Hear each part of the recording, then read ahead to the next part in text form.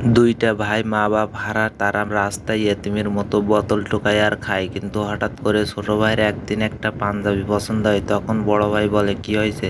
তখন ছোট ভাই বলে, এই পাঞ্জাবিটা আমার অনেক পছন্দ হয়েছে। কিন্তু বড় ভাইয়ের মনের ইচ্ছা একটাই, ছোট ভাই একটা পাঞ্জাবি পছন্দ করেছে, এটা আমি কিনে দিতে পারবো না, তাহলে আমি কেমন বড় ভাই? বড় ভাই তো বাপের সমান।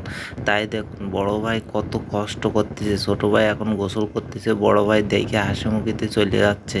এবং বড় ভাই দেখুন, সে হলো একটাই টার্গেট, কিভাবে আমি টাকা গোছাবো আর এত টাকা দিয়ে এই পাঞ্জাবিটা আমি ছোট ভাইয়ের কিনে দেবো। প্রত্যেক দিন রাস্তা দিয়ে যায় আর দেখে পাঞ্জাবিটা আছে কি না।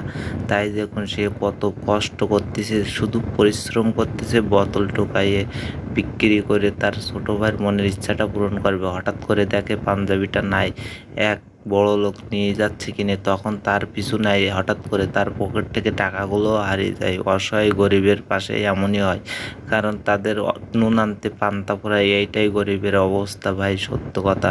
সে দেখুন সারাদিন বৃষ্টিতে ভিজে মন খারাপ করে বাসায় আছে। তখন ছোট ভাই বলে, ভাইয়া কি হয়েছে? তখন বড় ভাই বলে, তোর মনের ইচ্ছাটা আজকে পূরণ করতে পারলাম না, তোর পাঞ্জাবিটা নিয়ে আসতে পারলাম না। তখন ছোট ভাই গেঞ্জিটা খুলে উল্টো করে গায়ে দিয়ে বলে, দেখ ভাই, আমার গেঞ্জিটা অনেক সুন্দর না, আমি নতুন গেঞ্জি গায়ে দিছি। এইটাই গরিবের অবস্থা। দেখুন বড় ভাই কিভাবে কাঁদতেছে, দেখে